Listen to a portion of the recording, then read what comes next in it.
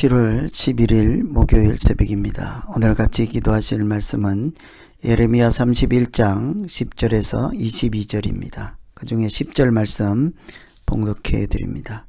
이방들이여 너희는 여호와의 말씀을 듣고 먼 섬에 전파하여 이르기를 이스라엘을 흩으신 자가 그를 모으시고 목자가 그 양떼에게 행함같이 그를 지키시리로다. 아멘. 오늘 이 말씀도 하나님께서 그의 백성들을 이렇게 다시 회복시키고 지키신다 하는 약속의 말씀입니다. 하나님께서 어떻게 회복하는지 오늘 내용을 보시면서 그 회복시키는 가운데 하나님의 사랑이 어떤지 또 하나님이 어떤 분인지를 생각하시면서 말씀 보시고 기도하면 되겠습니다. 오늘은 하나님께서 그의 백성들을 만족하게 하신다고 합니다. 이것이 하나님의 사랑이죠. 그 백성들을 만족하게 하시는 사랑입니다. 14절 보시면 내가 기름으로 제사장들의 마음을 흡족하게 하며 내 복으로 내 백성을 만족하게 하리라. 여호와의 말씀이니라. 하나님께서 그의 백성들을 만족하게 하겠다고 하십니다. 흩어진 백성들을 다시 모으시겠다고 하시면서 그 한자리에 모으는 것으로 끝이 아니라 그 모은 백성들이 다시 모인 그 땅에서 다시는 근심하지 않고 즐거운 마음으로 살아갈 수 있도록 하시겠다고 합니다. 뿐만 아니라 그들을 둘러싸고 있는 온 세계 열방을 향하여서도 그 열방에게 말씀하십니다. 내가 이제 내 백성을 목자가 양무리에게 행함같이 지킬 것이라. 그동안 하나님의 백성들이 주변 나라들에게도 좀 창피하였습니다. 부끄러웠습니다. 우리는 하나님을 섬긴다. 최고의 하나님, 그런 하나님을, 유일하신 하나님을 섬긴다 하는데, 그러면 그 하나님께서 우상을 섬기는 이웃 나라들보다 하나님의 백성들을 잘 되게 해야 되지 않겠습니까? 그런데 우상을 섬기는 사람들이 지켜보는 가운데 최고의 신인 하나님을 섬기는 백성들이 어떻게 되었어요? 망했지요. 고난을 당했지요. 부끄러움을 샀습니다. 이방으로 끌려갔습니다. 이런 것들을 다 주변 나라들이 보고 듣고 알게 되었으니 하나님을 믿는 자로서 자존심이 말이 아닌 거죠. 그들이 책망을 받기도 하고 징계로 받기도 하고 포로가 되는 모습들을 이게 열방들에게 다 보여주었습니다. 그런데 이제 그 열방들을 향해서 하나님께서 새로운 모습을 보여주시겠다고 합니다. 이는 내 사랑하는 백성이다. 그러니까 세계 어떤 강한 나라에서도 그들을 내가 돌아가게 하겠고 그 돌아간 땅에서 물된 동산같이 하나님이 주시는 풍요로움을 누리게 하시겠다. 하나님의 승리가 어떤 것인지를 보여주시겠다고 하죠. 이런 것은 하나님을 믿는 사람들의 자랑이지 않겠습니까? 그래서 오늘은 이 모든 것, 흩어진 자리에서 돌아오게 하시고 돌아온 곳에서 근심하지 않게 하시고 또 이렇게 풍요로움을 누리게 하시고 그들이 섬기는 하나님이 최고의 하나님인 것을 온 열방이 알게 하시는 이런 모든 것들을 통합해서 그 백성들을 만족하게 하신다. 하나님은 그런 하나님이지요.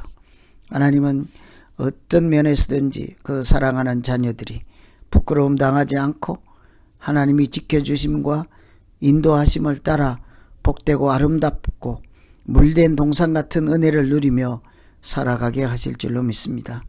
두 번째는 긍휼히 여기는 사랑입니다. 20절에 보시면 오늘 말씀 20절에 보시면 에브라임은 나의 사랑하는 아들 기뻐하는 자식이 아니냐.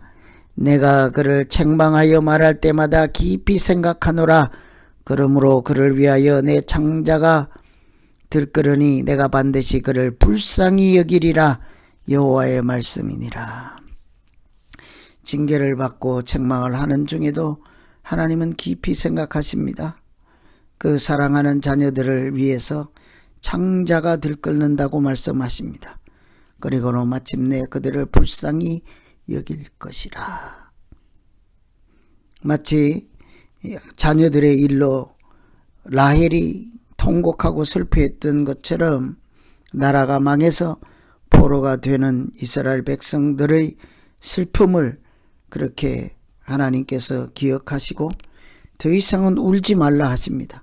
눈물을 흘리지 말라고 하십니다. 그러면서 그들이 다시 돌아오게 될 것이라 이렇게 말씀하시는 것은 그들이 너희가 내 사랑하고 기뻐하는 자식이 아니냐, 이 하나님의 본심, 하나님의 심정인 거죠.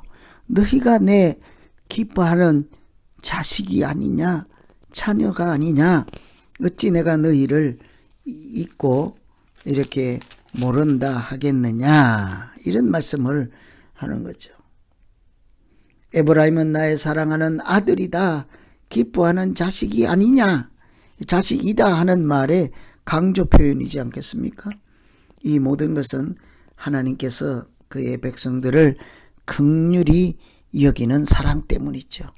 내가 너희를 긍휼히 여기노라, 책망하여 말할 때도 깊이 생각하고 항상 긍휼한 마음을 한 번도 가져보지 아니한 적이 없다. 이것이 하나님의 사랑이죠. 하나님은 우리를 어떤 형편에 있을지라도 항상 그 사랑의 줄에서 끊어지지 않도록, 떨어지지 않도록 우리를 기억하고 계시고 마음에 품고 계시고 우리를 너희가 내 사랑하는 자요 기뻐하는 자라 하시는 말씀을 하십니다. 이 모든 것 마음속에는, 그 근원 속에는 하나님의 긍휼히 여기심이 있죠. 불쌍히 여기는 마음이 있습니다. 하나님의 사랑이 있죠. 그래서 오늘은 그 사랑하는 자녀들인 하나님의 백성들을 회복시키실 때 하나님께서 그들의 마음을 만족하게 하시고 그들을 불쌍히 여기심으로 더 이상은 눈물 흘리지 않게 하시고 고통당하지 않게 하시고 주변 나라들로부터 무시당하지 않게 하시고 최고의 하나님이신 여호와 하나님을 섬기는 하나님의 백성인 것을 온 열방 가운데 선포하라, 이렇게 말씀하셨습니다. 오늘 우리가 믿는 하나님도 자랑스럽게 여기고 어디에서든지 가서 얼마든지 자랑해도 조금도 손색이 없고 부끄럽지 아니하는, 오직 내가 자랑할 것은 십자가에 달리신 예수 그리스도인 것을 우리가 어디에서든지 가서 선포하고 외칠 수 있는 그런 믿음으로 승리하는 하루 되시기를 간절히 기원합니다. 같이 기도하겠습니다. 하나님 아버지, 나라가 망할 때 예루살렘에서 그 예레미야 선지자를 통해, 눈물의 선지자를 통해 하나님께서 어떤 분이신지를 알게 하셨습니다. 그 하나님을 제대로 알 때 그들이 소망을 버리지 아니하고 절망하지 아니하고 끝까지 그 인내의 터널, 고난의 터널을 견디고 살아낼 수 있기 때문이었습니다. 하나님, 오늘도 말씀으로 그 백성들을 만족하게 하시는 사랑을 보여주셨습니다. 그들을 긍휼히 여기는 사랑을 보여주셨습니다. 너희가 내 사랑하는 자요 기뻐하는 자라는 그 하나님의 변함없는, 흔들림 없는 사랑을 보여주셨습니다. 오늘 우리가 이 땅에서 믿음 생활하는 순간에도 매 순간 하나님이 우리를 얼마나 사랑하는지를 기억하며 살게 하시고 긍휼히 여기는 그 사랑을 붙잡고 놓지 아니하므로 오늘도 어디에서나 당당하고 자랑스럽고 자존감 있는 믿음 생활할 수 있게 하여 주시옵소서. 우상보다, 우상을 섬기는 사람들보다 이렇게 못한 그런 사람들 되지 않게 하시고 세계 유일하신 창조주 하나님, 우리를 구원하시는 하나님을 그들에게도 선포하고 열방에 전파하며 우리의 믿음을, 자긍심을 가지고 지켜나가는 우리 모두 되게 하여 주시옵소서. 예수 그리스도 이름으로 기도하옵나이다. 아멘.